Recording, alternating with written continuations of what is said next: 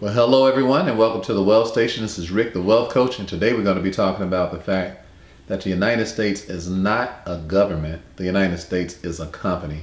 And I'm going to prove it to you, and I'm going to give you some laws that you need to look up so that you'll realize how your money is really being spent and what you need to do for you to become wealthy for real. How to have some generational money and how to posture yourself and position yourself to live in posterity, not prosperity. Let me read a couple of things to you. A de facto government. A de facto government is a government that maintains itself by a display of force against the will of the legal government, and it is successful, at least temporarily, in overturning the institutions of the rightful government by setting up its own government in lieu thereof. Wortham versus Walker, 133 TEX 255128 SWD2 1138 1145. This is found in a common law handbook, okay? Common law handbook for jurors, sheriffs, and bailiffs. The common law handbook for jurors, sheriffs, and bailiffs and justices. All right, I highly recommend you get this book. It costs a few dollars. It'll really give you an education that you are not being taught. All right, now listen to the kind of government that we used to have before we have the government that we are currently residing in right now in the United States of America. The current government that we are up under is a de facto government, meaning it overtook the government that we had that was created by the Constitution. And unbeknownst to you and the average person, unbeknownst to the average person, I should say, you may be a studied individual, but unbeknownst to the average individual, this thing is taking place right up under the noses of American people, and that's why you got a handful of people who are extremely rich, and you got and the majority of us are walking around here can't put cheese on a Whopper. All right, now let me explain this to you. Government de jure, a government of right.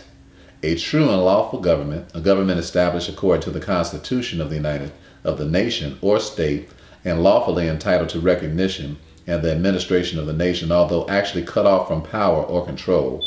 A government deemed lawful, rightful, and just, which has been nevertheless supplanted or displaced, which receives not habitual obedience from the bulk of the community. All right, in other words, only 1% of us operate up under common law. Why? Because we understand what common law is. So a government de jure is common law, and a government de facto is statutory law. In other words, it's the United States operating, faking like they're a country when they're really a company. All right, let me give you the law. Right, the law that says that the United States is not a country anymore, but a company is 28 USC, that stands for United States Code, okay? USC 3002, all right? And it says that the United States is a corporation and not, in fact, is a company and not, in fact, a country. So you say, what does that mean, Rick? Let me finish reading it to you. It says how the Constitution was usurped by the corporation. By the way, look up Black's Law Dictionary, the 6th edition, and you can find what a de jure government is versus a de facto government. All right, look that up in Black's Law Dictionary. All right, now it says how the Constitution was usurped by the corporation. The corporate United States is not obliged nor accountable to the people except to make a profit for its stockholders as a corporation. The corporate interest does not benefit the people, but uses the people and their labor to make a profit for the corporation. The corporation works in concert with the corporate courts and banks to usurp the people's wealth.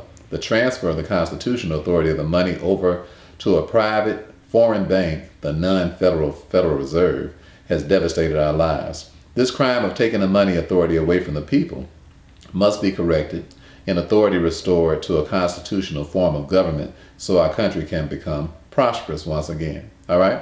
So the United States is not behaving as a country anymore. It's behaving as a company, and it's concerned about one thing, its shareholders. So who are the shareholders of the United States?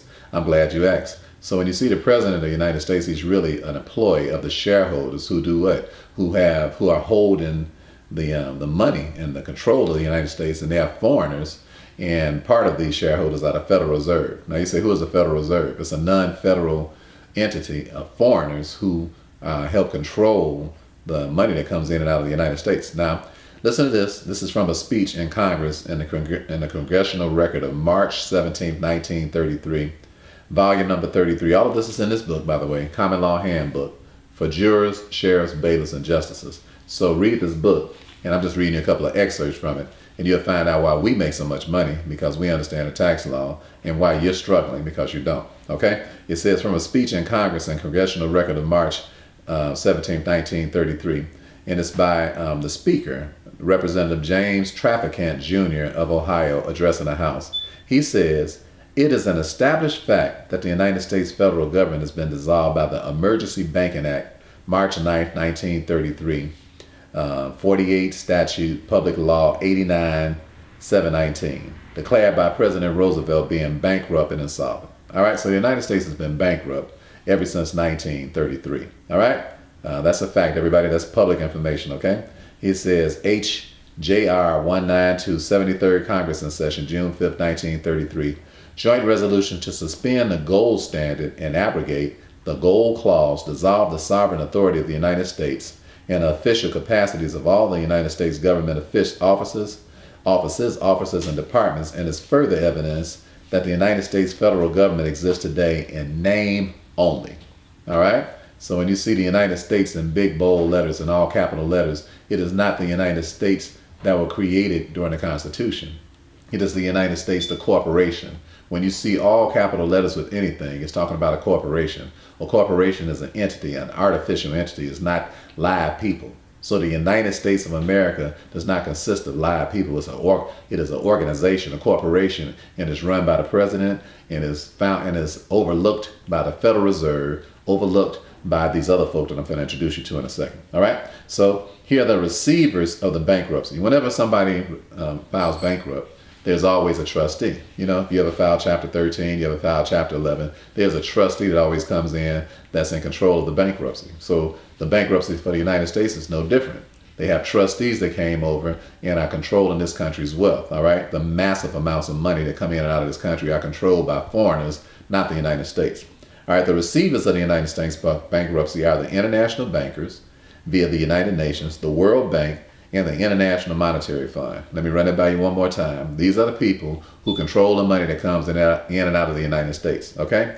The receivers of the United States bankruptcy are the international bankers via the United Nations, the World Bank, and the International Monetary Fund. All United States offices, officials, and departments are now operating within a de facto status. We just got through telling you what that meant. It says, in name only under emergency war powers, with the constitutional Republican form of government now dissolved, the receivers of the bankruptcy have adopted a new form of government for the United States. This new form of government is known as a democracy. So our nation was founded, we the people, in order to form a more perfect union, establish justice, ensure domestic tranquility, provide for the common defense, promote the general welfare, and secure the blessings of liberty to ourselves and our posterity. Talking about we were a republic, one nation under God, a republic. Now we're considered a democracy. In other words, we are a company now. The United States is a company now, run and controlled by the three entities that we just got through talking about. All right, the World Bank, all right, these foreigners, and the Federal Reserve. So you're wondering, what does all that got to do with me, Brother Ricky? What does all that got to do with me, Coach Rick? What does that have to do with my money? What that has to do with your money is that you don't understand that your money is being controlled by foreigners. So once you understand the law, the tax laws, you'll understand that the tax laws that adhere to the Constitution is the common law that you should be operating up under, and you would be earning the money that's based on common law and not the money that's based on statutory law. All right? So check my station out and look at everything that we're doing in totality. If you want to learn more about these entities that actually own and operate and control the United States, come to our Financial IQ Challenge at myfinancialiqchallenge.com, and we'll break it down like a fraction, and then we'll show you how we operate out of unincorporated trusts, not in control by the United States government, not in control by the IRS, not in control by any of these entities, because they are all just simply companies, and we have legal rights that you all are not practicing. Okay? So I just want to tell you today that the United States is not a country, it is in fact a corporation. And if you want to be able to make the kind of money that we make, and if you want to be able to get back the type of tax refunds that we get, then you need to understand the law. All right, it's been a plum pleasing pleasure as well as a privilege. I'll see you on the other side of money. This is Coach Rick signing off, and remember that stellar is as stellar does. I'll see you soon.